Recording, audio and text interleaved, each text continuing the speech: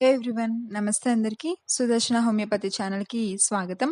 ఈరోజు మన వీడియోలో సాధారణంగా చాలా సివియర్‌గా ఛాతీ నొప్పి అనేది వస్తూ ఉంటుంది. ఏజ్ ఎక్కువ వాళ్ళలో కానివ్వండి, 40 ఇయర్స్ వాళ్ళలో చెస్ట్ పెయిన్ అనేది ఎక్కువగా నొప్పొస్తూ ఉంటుంది అప్పుడప్పుడు.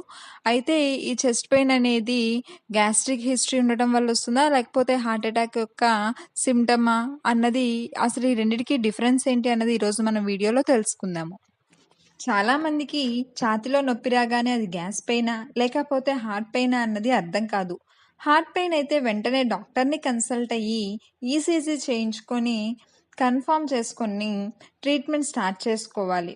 మామూలుగా మనము గోల్డెన్ అవర్ అని పిలుస్తూ ఉంటాము. అంటే పెయిన్ స్టార్ట్ అయిన తర్వాత 1 అవర్, ఈ 1 అవర్ని గోల్డెన్ అవర్ అని పిలుస్తూ ఉంటాము. ఆ 1 అవర్లో మనము ట్రీట్మెంట్ స్టార్ట్ చేసుకోవాలి as early as possible.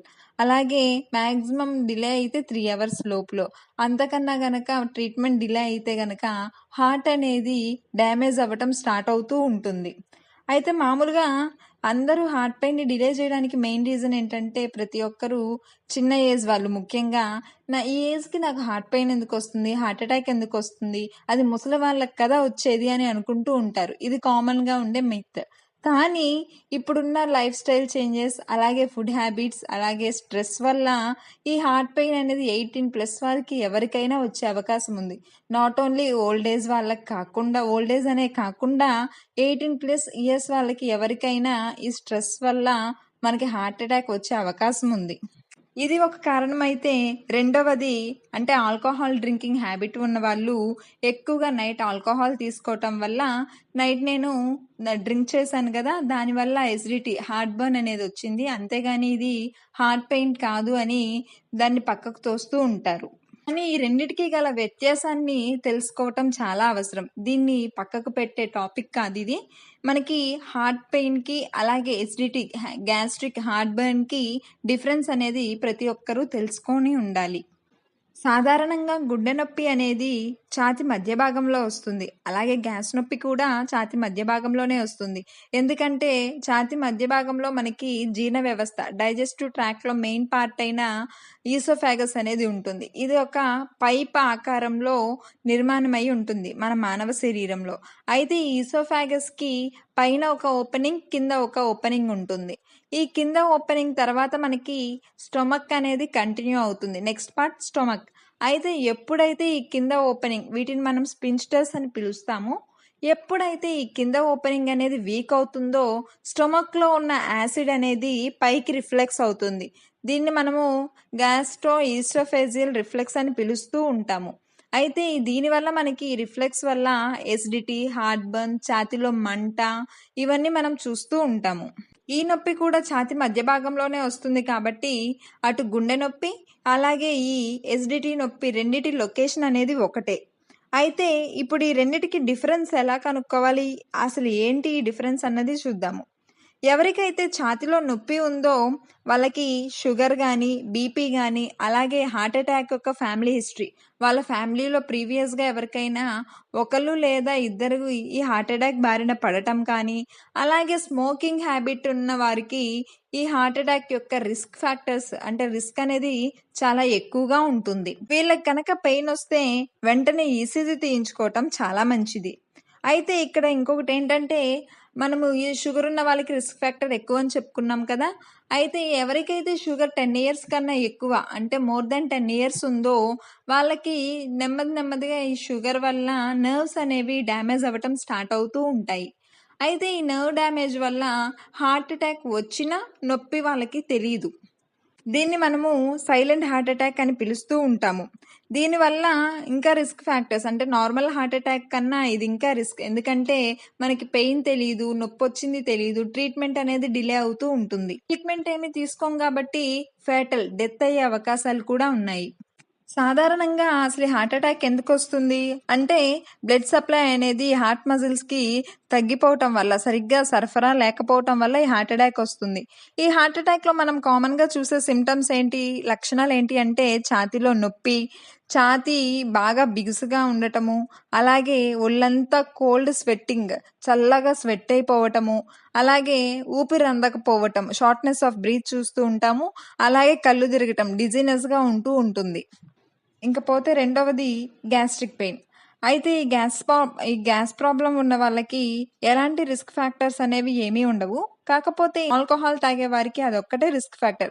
ఇంకొంతమందిలో spicy food ఎక్కువగా తీసుకునే వాళ్ళలో కూడా కొంతమందికి ఛాతీలో మంట, వికారము, తేన్పులు లాంటివి మనం చూస్తూ ఉంటాము. మనం ఆల్రెడీ చెప్పుకున్నాం ఇందాకే. డైజెస్టివ్ ట్రాక్ట్‌లో 2 స్పింక్టర్స్ అనేవి ఉంటాయి. కింద లోయర్ స్పింక్టర్ ఓపెన్ అవ్వటం వల్ల, ఆ డోర్ ఓపెన్ అవ్వటం వల్ల, వీక్‌గా ఉండటం వల్ల స్టొమక్‌లో నుంచి యాసిడ్ అనేది ఈసోఫాగస్‌లో తంతుంది రిఫ్లెక్స్ లాగా. ఈ యాసిడ్ రిఫ్లెక్స్ వల్లే మనకి ఈ గ్యాస్ట్రిక్ పెయిన్ అనేది వస్తూ ఉంటుంది. అయితే దీనివల్ల మన గ్యాస్ నొప్పి, అలాగే హార్ట్ అటాక్, హార్ట్ పెయిన్ కూడా 2 ఒకేలాగా అనిపిస్తాయి. అయితే ఈ రెండు నొప్పులకి గల డిఫరెన్స్ ఏంటి అంటే, హార్ట్ పెయిన్ అనేది ఎప్పుడూ ఒక చోట ఉండదు. ఇది మనకి చెస్ట్‌లో స్టార్ట్ అవుతుంది. అలాగే పైదాకా వెళ్తుంది. అంటే దవడల దాకా పాకుతుంది. అలాగే దవడలతో పాటు మనకి ఎడమ చేతిలో నొప్పొస్తుంది. ఎడమ భుజంలో నొప్పిగా అనిపిస్తుంది. అలాగే ఎడమ చేతి లోపల నుంచి కింద టిప్స్ ఆఫ్ ఫింగర్స్ దాకా కూడా మనకి నొప్పి అనేది రేడియేట్ అవుతూ ఉంటుంది. కానీ గ్యాస్ నొప్పి అలా ఉండదు. కాన్స్టెంట్‌గా మిడిల్ ఆఫ్ ద చెస్ట్, ఛాతీ మధ్య భాగానే ఈ నొప్పి అనేది మనము చూస్తూ ఉంటాము. అలాగే గుండె నొప్పి ఏదైతే ఉందో అది నడిచినా, బరువులెత్తినా, మెట్లెక్కినా ఎక్కువవుతుంది. మనం శరీరానికి ఎలాంటి పని చెప్పినా, శారీరకంగా ఏ పని చెప్పినా కూడా ఈ గుండె అనేది ఎక్కువగా వర్క్ చేయాలి కాబట్టి దానివల్ల నొప్పి అనేది ఎక్కువగా కలుగుతుంది. అదే గ్యాస్‌కి సంబంధించిన నొప్పనుకోండి, చల్లని పదార్థాలు తీసుకుంటే తగ్గుతుంది. అలాగే గ్యాస్‌కి సహజంగా ఇప్పుడందరూ ఈనో పౌడర్స్ అని, అవి ఇవి టాబ్లెట్స్ అని వాడుతూ ఉన్నారు. ఈ గుండె నొప్పి అనేది ఛాతీ మధ్య భాగంలో మొదలయ్యి ఎడమ పక్కకి పాకుతుంది. అలాగే ఈ గ్యాస్ నొప్పి అనేది ఎడమ మధ్య భాగంలోనే ఉంటుందన్నారు కదా! ప్రతి ఒక్కరికి ఇలాగే ఉంటుందా? నొప్పి సింప్టమ్స్ ఇలాగే ఉంటాయా? అని కూడా అనుకోవచ్చు. కానీ ప్రతి ఒక్కరిలో కూడా ఇలాగే చూపించాలని ఏమి లేదండి. మన శరీరంలో ఉండే నర్వ్స్ డిస్ట్రిబ్యూషన్ వలన పెయిన్ అనేది పర్సన్‌కి మారే అవకాశాలు ఉన్నాయి. కాబట్టి ఎక్స్‌పీరియన్స్‌డ్ డాక్టర్స్‌కే ఈ రెండిటికి గల డయాగ్నోస్ చేయడం, ఈ 2 పెయిన్స్‌కి డయాగ్నోస్ చేయడం అనేది చాలా కష్టం. నొప్పి అనేది దేని వలన వస్తుంది అని ఆలోచించకుండా, ఒకసారి మనకి తీవ్రమైన నొప్పి ఎప్పుడైతే తీవ్రంగా ఛాతీలో నొప్పి అనిపిస్తుందో, ఏమీ ఆలోచించకుండా ఒక ఈసీజీ గనక తీయించుకుంటే, మనకి పెయిన్ దేనివల్ల వస్తుంది? ఎయిదర్ ఇది హార్ట్ అటాకా, లేకపోతే గ్యాస్ట్రిక్ పెయినా అన్నది మనకి క్లారిటీ వస్తుంది. మీకు తర్వాత ఈసీజీ తర్వాత మీకు తెలిసిన కార్డియాలజిస్ట్ ఎవరన్నా ఉంటే, మనకి వాళ్ళనేది క్లారిటీ ఇస్తారు. ఈసీజీ తీసుకొని, అలాగే కార్డియాలజిస్ట్ ఒపీనియన్ తీసుకున్నాక కూడా ఇంకా మీకెవరికన్నా డౌట్‌గా ఉంటే, ట్రోపోనిన్ అనే టెస్ట్ ఉంటుంది. ఇదొక బ్లడ్ టెస్ట్ అన్నమాట. ఇది చేయించుకున్నారంటే మీకు ఏంటి పెయిన్ అన్నదేంటి అన్నది క్లారిటీ వస్తుంది. ఈ గ్యాస్ట్రిక్ పెయిన్‌కి, అలాగే ఈ హార్ట్ అటాక్‌కి రెండిటికి గల డిఫరెన్స్, ఈ 2 నొప్పులు ఎలా ఉంటాయి, ఇంటెన్సిటీ ఎలా ఉంటుంది అని తెలుసుకోవటం ఈ కాలంలో ప్రతి ఒక్కరికి చాలా ఇంపార్టెంట్. ప్రస్తుతం ఉన్న లైఫ్ స్టైల్ చేంజెస్, అలాగే సెడెంటరీ లైఫ్ స్టైల్ వల్ల ప్రతి ఒక్కరిలో ప్రతి ఏజ్‌తో సంబంధం లేకుండా డిసీజెస్ వస్తున్నాయి. కాబట్టి మనము ఈ మెడికల్ పరంగా కొంత ఇన్ఫర్మేషన్‌ని తెలుసుకొని ఉండటం చాలా అవసరం. ఈ వీడియో గనక మీకు నచ్చినట్లయితే లైక్, షేర్ మరియు సబ్స్క్రైబ్ చేసుకోండి. Thank you.